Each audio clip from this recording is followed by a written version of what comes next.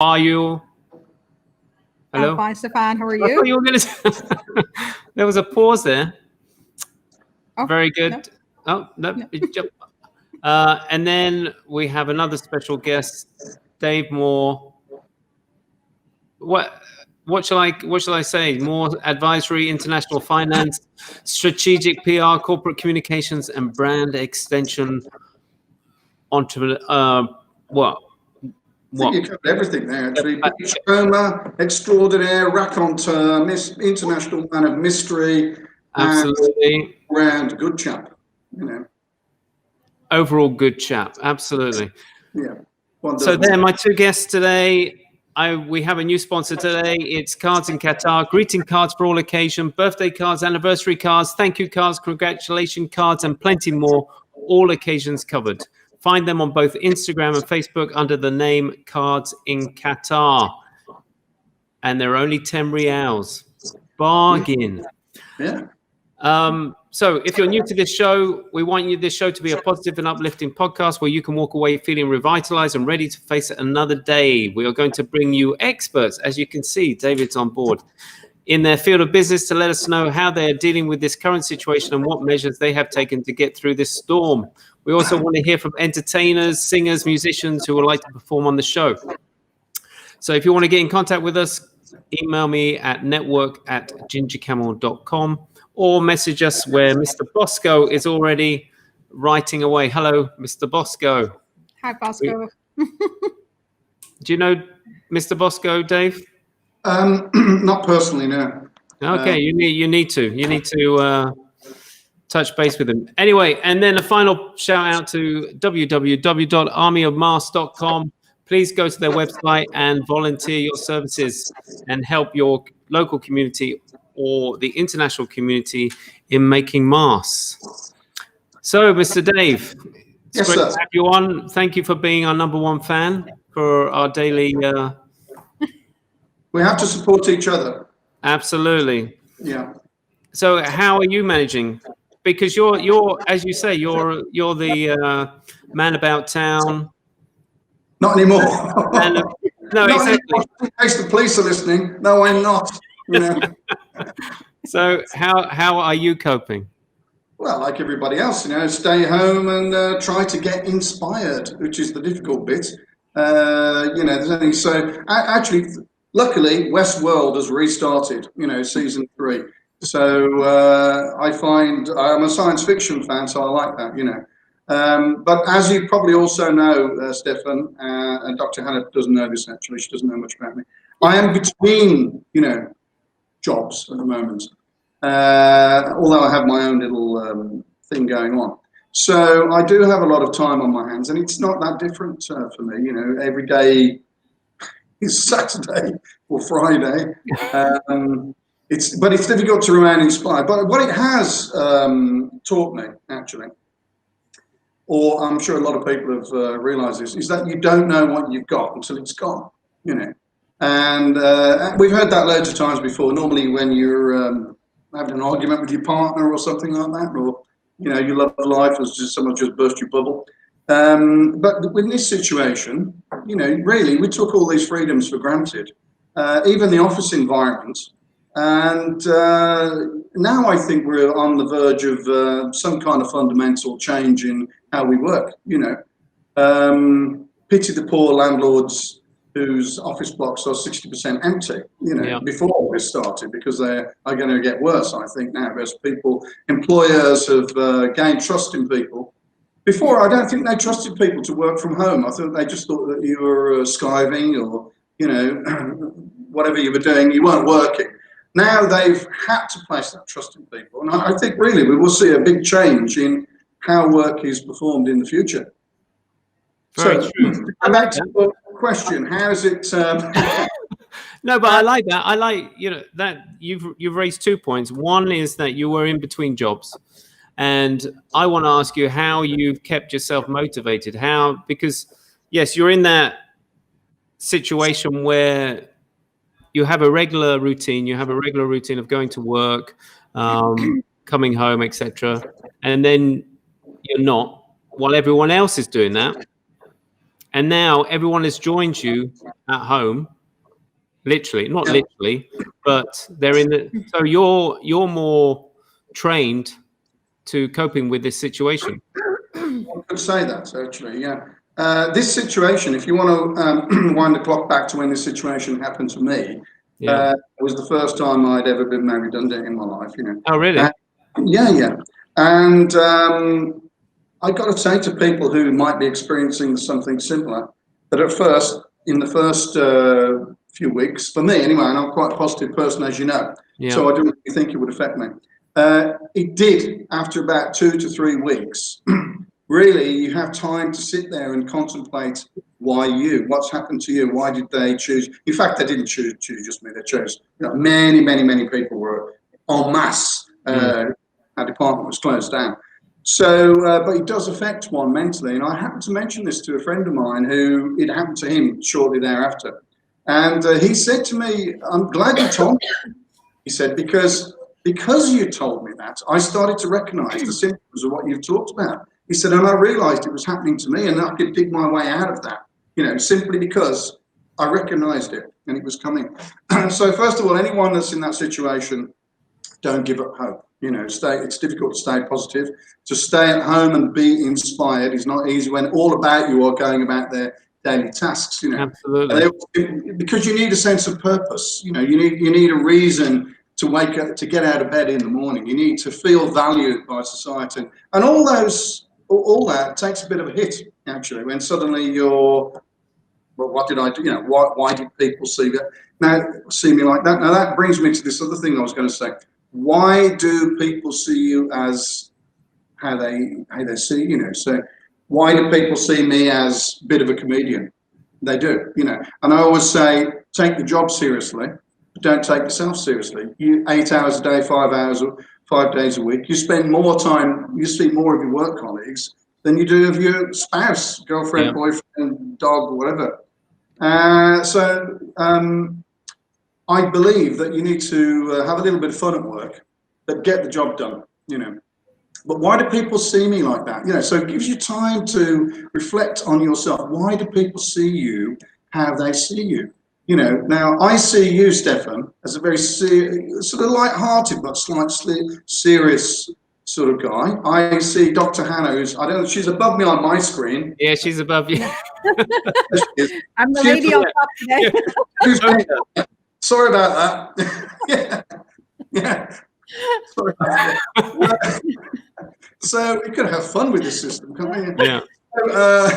So I see her as a very, she's very focused on trying to help others, as I am actually. I feel that if we've got something to offer, we can always help those less fortunate, not in monetary terms, because I don't like that checkbook charity type of stuff. Anyone can, I went to some meetings like that in Hong Kong, 13 years in Hong Kong.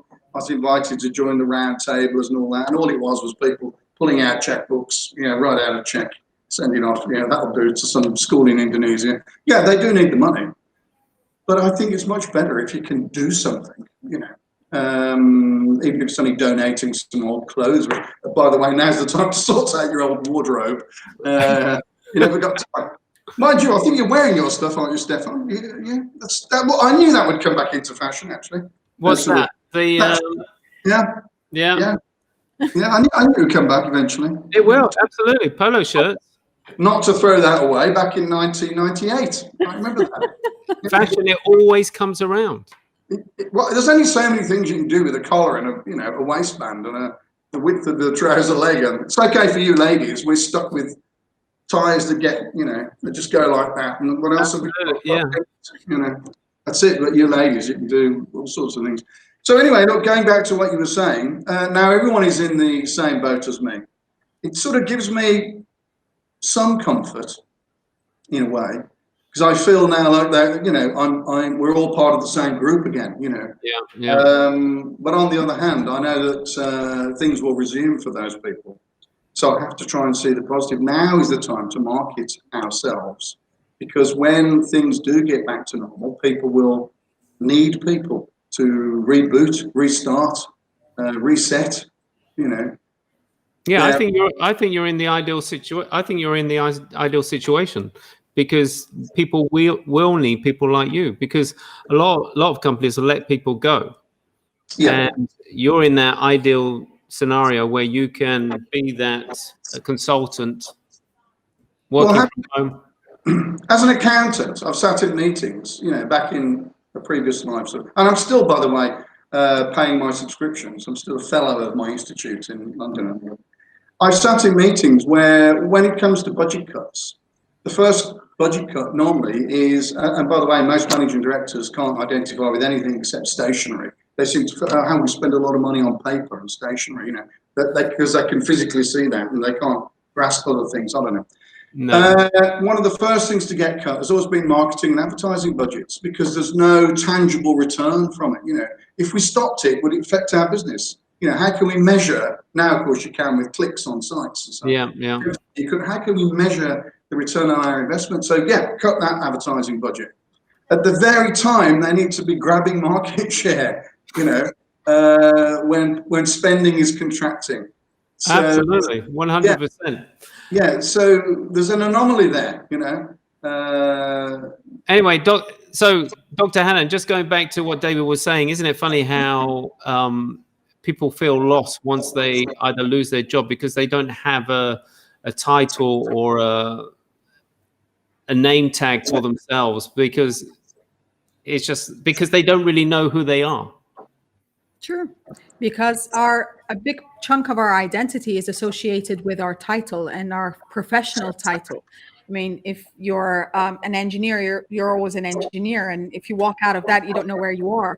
I share Dave's sentiment in the sense that I had the same thing when I walked out of my businesses, and then after I'm like, okay, I walked out to be just a full-time doctoral student, and once I was done with my thesis and I became a doctor, I was like, now what? Who am I? Like, what do I do now? And I, like, reflecting back, I actually went into clinical depression for 6 months. I didn't understand it. I didn't process through it.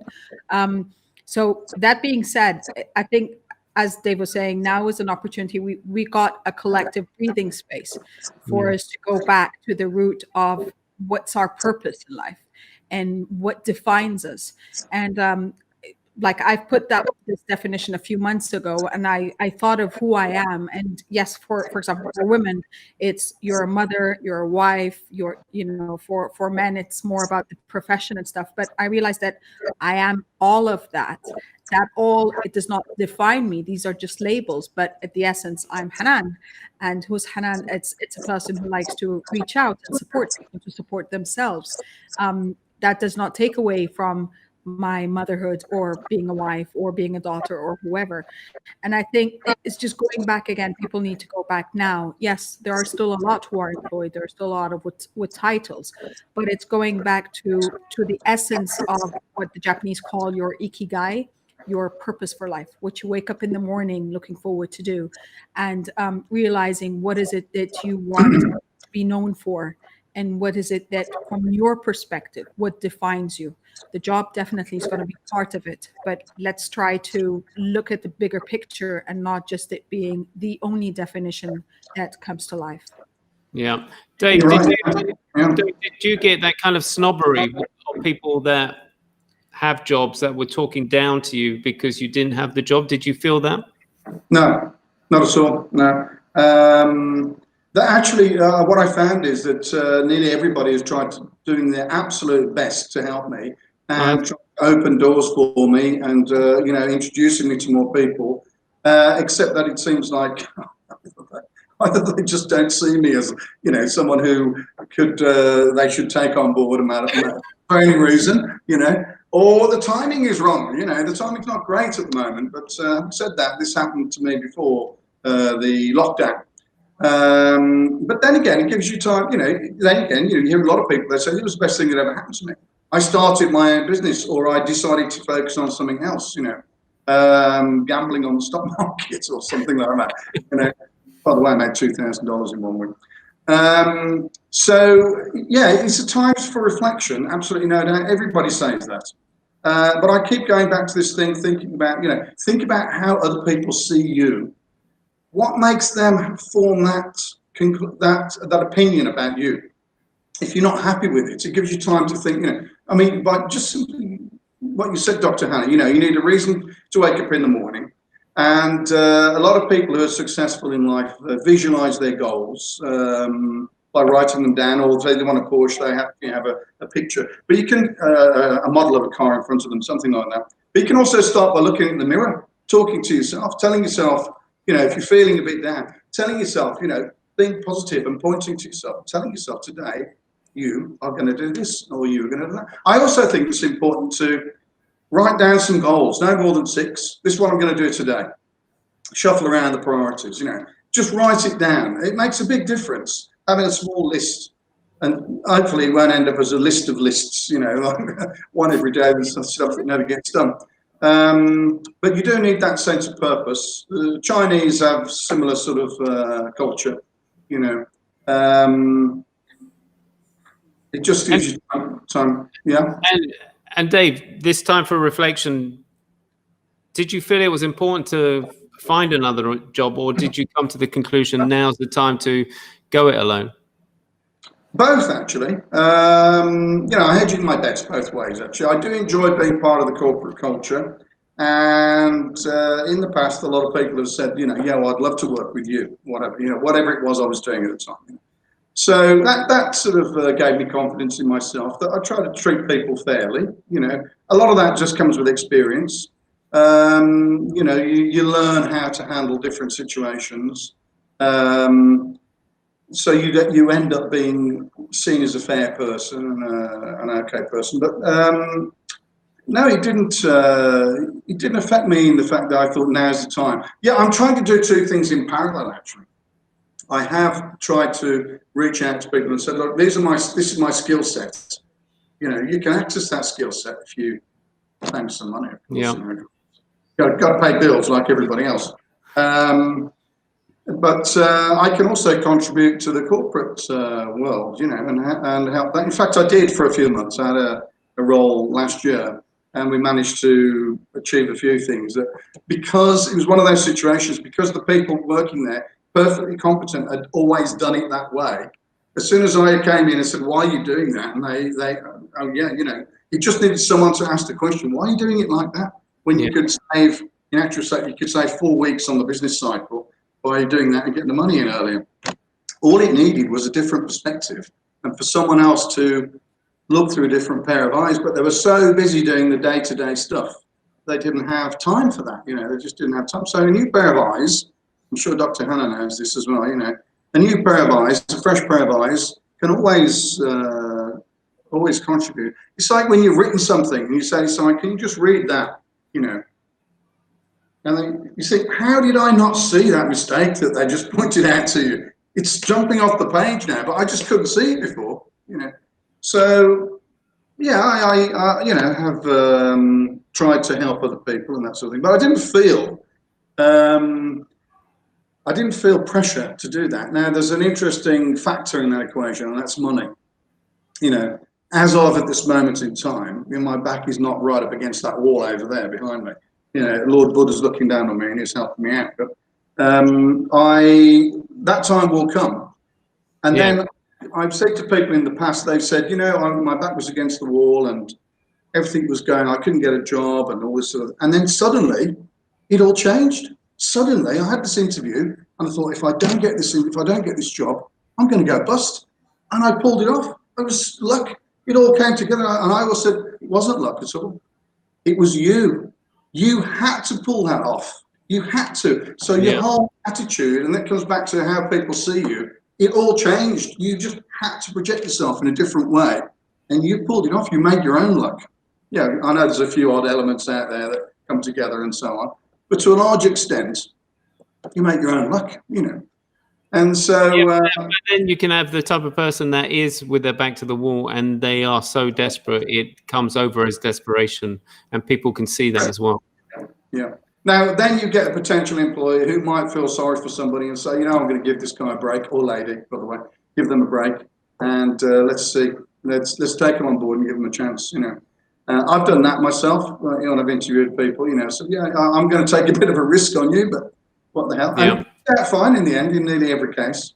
Of course, you get the odd, statistically, you are going to get the odd one that it's not going to work out. So yeah. I think actually I'm going to jump in here, Stefan. Please do. It's yet again. Oh my God, I'm quoting Tony Robbins too much these days, but I can't help it. You paid your course fee. You've got to quote it. Exactly. Now I've paid for the course, I might as well use it and spread the knowledge. You need to send him these clips. Yeah, exactly. He says one of the success factors that really get people from where they are to where they want to be is massive action. But it is also that mindset shift that Dave was just talking about, that, you know, when you realize you've got your back against the wall, and it is that part where your should transforms into your must. And that is the mindset shift that a lot of people miss sometimes. It's like, oh, I should be losing weight or something. And then you go to the doctor and you get this kind of diagnosis that freaks you out. And it becomes, I must do something about the weight, because then it's about my survivability and, you know, my ability to move freely, for example. Same thing happens within profession. Same thing happens within your job, but also just about your purpose. When sometimes you just, I call it when you're sick and tired of being sick and tired. It's just that. It's that must transforms to the should transforming to must. And you really find that inner drive and that inner spark that I need to do something now. It's no longer a dabbling mentality. It's no longer a dabbling approach, but rather this needs to change for me. And I think that in itself, other than, it's not really creating your luck, but then you're much more focused, and then your energy all flows in that direction, and you find yourself going out of your comfort zones to create that massive action towards achieving whatever you're planning on. Yeah, you're right. If you can read all the management books and golden parachute books, and there's millions of them. People make a fortune out of writing those books, sort of thing. But if you don't do anything, just start doing something. Nothing's going to change. Nothing will ever change. Just as Einstein or somebody said, you can't expect to do the same thing 100 times over and over again and expect to get a different result. You've got to do something different. The definition of insanity. That's right. Yeah. I'm working on my own definition, actually. Can't wait for that one. I've had the operation. I'm okay. Yeah. No, my doctor signed a certificate to say I was not insane. That's fine. Yeah. Oh, that's good to hear. Dave, you touched on earlier about how companies, the first thing that they cut back on is the marketing and advertising. Quite often. Quite often. Yeah. What would your advice be for companies going through this difficult period? What should they do? Yeah, obviously they want to get more bang for their buck. And, the last thing you want to do is, first of all, people forget that the corporate entity, as a legal entity in law, must continue at all costs. That's its purpose, to make money for its shareholders. I know there are other factors involved, and so if it means getting rid of some assets, resources, or whatever, in order for the company to continue, that's what has to happen. And that's painful when you're dealing with people and their future, but unfortunately that's what has to happen. So how do they get more bang for their buck? If they can't measure any kind of return on the investment, then that's going to be highlighted. I remember once, actually, a simple thing where I worked at a place in Hong Kong. They were going through a similar sort of time, actually, and a simple thing such as photocopying on both sides of the paper, to halve the station bill. Right. Yeah. Because otherwise we used to just photocopy on one side, look at it, throw it in the bin. Now I know before anyone says that's a waste of trees, but those trees are planted to make paper, by the way. That's their purpose in life. It's not like 2,000-year-old sequoia trees or something like that. If you've got a finance department or an accountant involved, quite often their role, I've noticed, is not interpretation of the financial information. It's just churning it out, day after day, week after week, month after month, without any kind of commentary or advice. And sometimes they're not encouraged to do that by the owner of the business. He or she just show me the accounts, bottom line, yeah, okay. Never asking for any advice. And quite often, this brings me to another thing, actually. Quite often then, even though you're employing a lot of highly educated PhD holders, yeah, they will bring in a firm of consultants, to advise them. Now you've got all this in-house expertise. Why not ask them? It's like saying somebody just resigned as a manager in your department. Yeah, so you're going to advertise for the vacancy. Well, does that not demotivate the 10 people that were working for that manager? Why not consider one of them? But quite often they don't. So they will bring in a consultant who will advise them on their business when they've got all the in-house expertise they need. They just need to get into it. So maybe the owner of the business also needs to review how he manages his people or her people. No, that's what we touched on before, wasn't it, Dr. Hannan? That a lot of companies don't realize the talent pool that they've got within their company. Yeah, that's true. But also because a lot of times, as Dave was just saying, it's the titles are restrictive, and it comes with a set of just narrow-minded expectations of the business owner, especially those that have kind of a one-man show organization happening. So yes, I mean, someone in finance, and I had this issue when I was a partner in the businesses, that I expected the finance person to give me feedback on how we're doing, for example, or where can we reduce the cost or the overheads, or how can we maximize the profits or return on investments. And he's just like, kind of really reproducing financial statements. Like, okay, I get the numbers, now tell me the implications. And they have not had the space and the permission to go above and beyond that, just those parameters that have been set from day one, to say, by the way, there's another perspective of looking at this. And this is just not about the numbers. This is also about, whether account executives in communications agencies, or whatever the scope of services that a person could provide, they have an extra set of experience and a worldview lens that you might not have considered before when you're hiring that person. So all these things, yes, this is an amazing opportunity for business owners, especially small and medium enterprises, where they do have a limited pool of resources.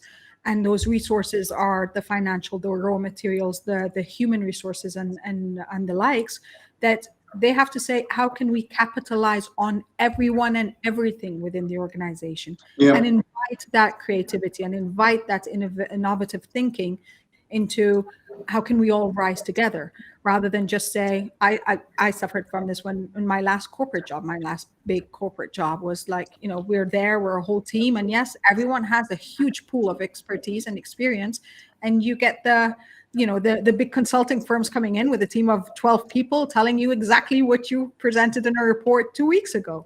But yes, and they give you an invoice as well at the end of it. Exactly. And why? Because there's a stamp of credibility that comes with the report. I understand. I'm not taking away from the big consulting firms. They are required. I mean, they emerged as a service and as a field because they were needed to start with. No, nothing just happens because it's someone thought of it with no need. But a lot of time it is bypassing your internal assets. It is bypassing your internal expertise, because also when you immerse them or you integrate them by force into the system, you're taking up a lot of time and effort. And that is also a resource of your internal team, telling them and briefing them and bringing them up to speed of how you guys are doing your job and how the internal workings are. There's a difference between bringing someone in from outside as a consultant, as Dave was saying, and yes, I've experienced that a lot, to have a fresh pair of eyes, look at what you're doing, and possibly amend some of the internal processes or some of the workings, or reassigning and seeing from a different view one of your resources, moving them from one department to another, then bringing in people from outside telling you how to run the business, all from A to Z. It's just not going to be that effective. And yes, very costly in time, money, and effort. Yeah, very costly. But I've noticed that in the larger corporate structures as well, this in some cases comes down to the fact it's the blame game. Let's get the consultants in. They will make a recommendation. We will carry out the recommendation. If it all goes wrong, then it's not my fault, because I was told to get the consultants in. We did what we were told to do, you know. And eventually the consultants, probably more so in this part of the world, start to dilute their recommendations. Nothing too dramatic, because they know if they change direction too quickly or too dramatically, especially if it's a company that's controlled by one individual who has a very strong dominant personality, should we say, if they deviate too much from what that person wants, they ain't going to get re-employed. So they end up telling the owner what he wants to hear, you know, and nothing dramatically really changes. Yeah, you can change. Stefan, you said, how do you know, what are we going to do in this situation? Cut costs or increase revenue? Well, those are the two basic ways you're going to make money. You know, so cut costs, that can be painful. It can be very easy to sit in a meeting and just say, can we? I've actually sat in a meeting where people have said, can we do without that person? Yeah, what do they do? Blah, blah, blah. Put a line through them. Right, they're out. You know, simple as that. You know, you just, and the faster people realise that, sometimes the better, you know, that no one is owed a job. No one is owed a job. The company must continue with or without you. On the other hand, this brings me right back to what you said, you know, now is the time to increase revenue. How do you do that? By getting your name out there in the marketplace. You're only wearing that Hugo Boss suit, you know, because you're influenced by Hugo Boss marketing and advertising, and you're buying into all the things that they were telling you were great about the fabrics and the lifestyle. So you went out and bought the Hugo Boss suit, as opposed to one from the Lulu or something like that, you know. So I don't wear Lulu. I'm sure there's nothing wrong with Lulu suits. No, you're right, actually. Mine's in the washing machine, you know. So, yeah, you know, you can influence people by marketing and advertising, but it may be a bit of a longer term strategy, and people, sometimes the financial resources they just can't support that department's efforts over that time, because you sometimes cannot measure that, yeah, this happened as a direct result of that, you know, with the marketing, and a little bit easier now with click-throughs and so on. But, you know, people do tend to click on links, I've noticed, actually. Yeah, I'll attend that, I'll turn up for this, so I click, click, click, click. Yeah, so sometimes we used to have 200 click. Well, we used to panic, actually. 200 people coming to a meeting tonight, we're only catering for 30 or 40. Shall we call the caterers quick and get them to bring another 100, you know, whatever? And we found out from experience, no, don't do that, because it was just click, click, yeah, I'll go. And people don't even think what's happening in the background as you're watching all these numbers change. We've got to get more seats, a bigger venue, you know, more catering in.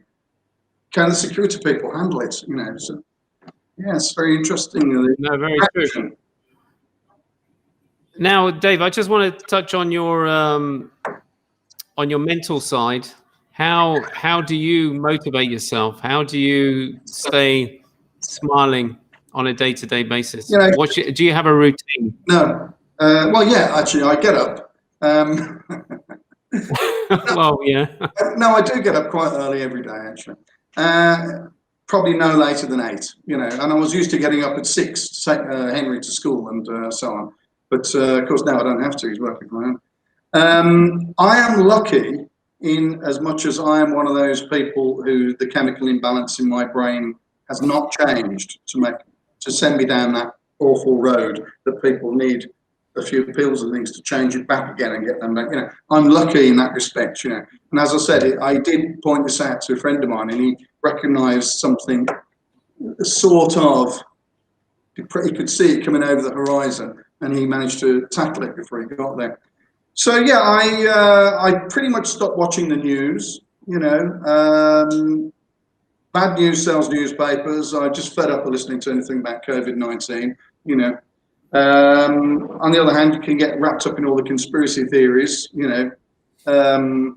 Believe it or not, somebody told me yesterday that some Russians brought it from the moon, but I won't go into who that was. But he also told the same person me that COVID-19 was in hail, and he was going to hail today, so it was going to all come down on our cars or whatever. And an Indian gentleman found it in his hosepipe, you know. Now, so I tried to see, you know, the amusing and the positive in everything. In every single thing, I try to think there is a positive situation, you know.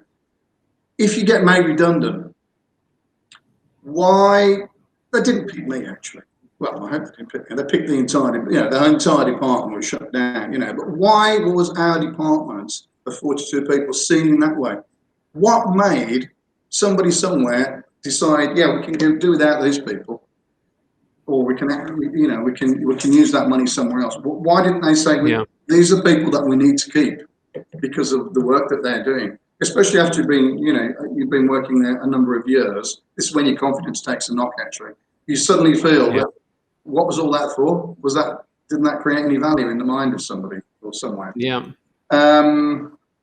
So I'm lucky in a way, that I don't need someone or any kind of medical support in that way to keep me, floating, keep me on top, that sort of thing. I suppose you could say, self-motivation comes from within, but it's not that easy for everybody. One of the first jobs I had in Hong Kong when I decided to stay, I went there for a 2-week holiday in 1996 and stayed 13 years. And I got to get a job, straight away. And first of all, to get some money coming in. So I got a job on the phone selling corporate hospitality. By the way, that means number 6 in Chinese. Okay, right. 6. So you can count up to 20 on 2 hands, 10 on 1 hand. So, we were cold calling people. I actually got a letter, because one of the things we're all doing during this lockdown is tidying up our houses, right? Going through that spare bedroom, going through those boxes. Yes, cleaning. Absolutely. You even told yourself you were going to put labels on all the boxes, I bet. Yeah, you're going to print them out nicely. Not down that route yet. Yeah. So I found. Is that what you do? No, I promised myself to do it, but it's. I found the letter from the governor Chris Patton of Hong Kong. I called him to sell him. Can you mean it's like calling the emir? To try and sell the emir some tickets for the tennis. I called the governor of Hong Kong to sell him some tickets for the Hong Kong Golf Open. Luckily, they misinterpreted it and thought I was inviting him to play golf with me at the Hong Kong Golf Club. And I've got the letter saying, Governor Patton regrets he cannot accept your invitation. Thank heavens. But that was a situation where we made 100 phone calls a day to managing directors only, nobody else, because once that guy at the top makes the decision to buy in, everybody below has to buy in. To the IT guy, do you want to take the team out to the golf or the tennis or something? And he's got to try and sell it up the organisation. If that guy says, I'll take the table for 10, then it'll happen, And it's called calling. And you can imagine the turnover of staff. Really, it was horrendous. People would last 1 day, half a day, 3 days. I lasted 1 year. I became the manager, But some people got to the point where they couldn't pick up the phone. They just could not bring themselves to touch the phone because of the fear of rejection. That was going to come down. They knew that out of 99 phone calls, 1 might say I'm interested. I mean, one guy sent us a fax. He said, dear whoever it was that called him, never ever call me again with no regards to you, blah, blah, blah, blah. And he signed off, Actually, we got him in the end. He came to the Macau Grand Prix. It's just a question of approach, that sort of thing. But it does affect people. That's what I'm getting to. Not everyone is like me and a few people that were the longer term survivors who can say, it doesn't matter, just pick up the phone, just call somebody else. It just gets to them. They just can't do it, and it happens at work as well. They get fed up, they get depressed. And if you're constantly criticizing somebody, they start to believe it. They will start to their performance will start to deteriorate. And I found in Asia, there are ways to criticize people not like a Western style. And you learn these. I'm sure Dr. Hannah knows some of these techniques. Where, for example, Stefan, if you made a mistake, in Western style, I could say, what do you call that? What is that? I've done it completely wrong, sort of. Now, Asian style, you cannot do that because they will lose face. And this is something the Chinese government are faced with at the moment, actually. If they admit to anything, they'll lose face big time and they can't admit to anything. It's a concept that's vastly underestimated by Westerners. So if I have a Chinese, let's just say Chinese person working for me, I have to say, look, obviously there's something wrong here, and the reason you made that mistake is because obviously I did not explain myself correctly to you in the first place. So actually, so now they lost face by me saying that they made a mistake, but then I gave them face by saying it was my fault. Now I have to take face away again by saying, so what I'm going to do is ask you to do it again. And, you know, so now they've lost face against me now, but I gave them face. It's a game. But you do learn, this all comes with experience, and you do learn this sort of thing. And you do also learn that some people just can't handle the rejection, can't handle the criticism and so on. So you have to learn how to handle them and be a bit more gentle maybe. And I think this is an opportunity, this lockdown, for people to reflect on how they've treated people in the past, their loved ones maybe, their spouses, you know, all that shouting, all that arguing. For what? What did it achieve at the end of the day? Absolutely. Yeah, we're still that's superb. Still arguing now, so it didn't achieve anything. You know? No, but that is really good, Dave. And I've just completely lost what I was going to say. But no, you're the perfect entrepreneur where you have no fear of rejection, and that's what they say for an entrepreneur, is that you have to be strong and accept rejection. Yeah, I did have. But, you know, it's something you can learn to handle. You know, you don't grow up without a fear of rejection or something. You know, you learn to process it, and it's not that critical to everything. So what? So you reject me? You know, you have to take that point of that view. If you reject me over here, all you're doing, you're pointing me to something better. You know, absolutely. I want to work with you in that case, and if that's your attitude, you know. So you know, you always you can see the positive in something if you look for it. It's not always clear, but this is where I come in. Very true, Dr. Hannan. Do you want to finish us off? Just about the fear of rejection part. Yes, I agree. It is trainable for you to acquire the skill of not fearing rejection anymore, or actually, more importantly, not letting it get to you and get to the core of what you want to be doing. I had read something once that I love the analogy that they're like, if 99% of the human population on Earth reject you, there's still 7 million people that you could still connect with. So that in itself, out of the 7 billion, you're still good. So there's not. Yeah, exactly. So you can still move on, and yes, it is a lot of the times the rejection is not really about you or the value you're providing. It is about the self-projection of others doing onto you by their own insecurities, by their own limiting beliefs, or, you know, there's so many other factors, and that's what I advocate now. They make their problems into your problem, you know, which you can help them to deal with it themselves in a way. So. Superb. Well, thank you, guys. It's been a great show. And Dave, you said what we're going to talk about. See, I told you we were just going to feed off you. Well, you know my number. You know where I am. I do.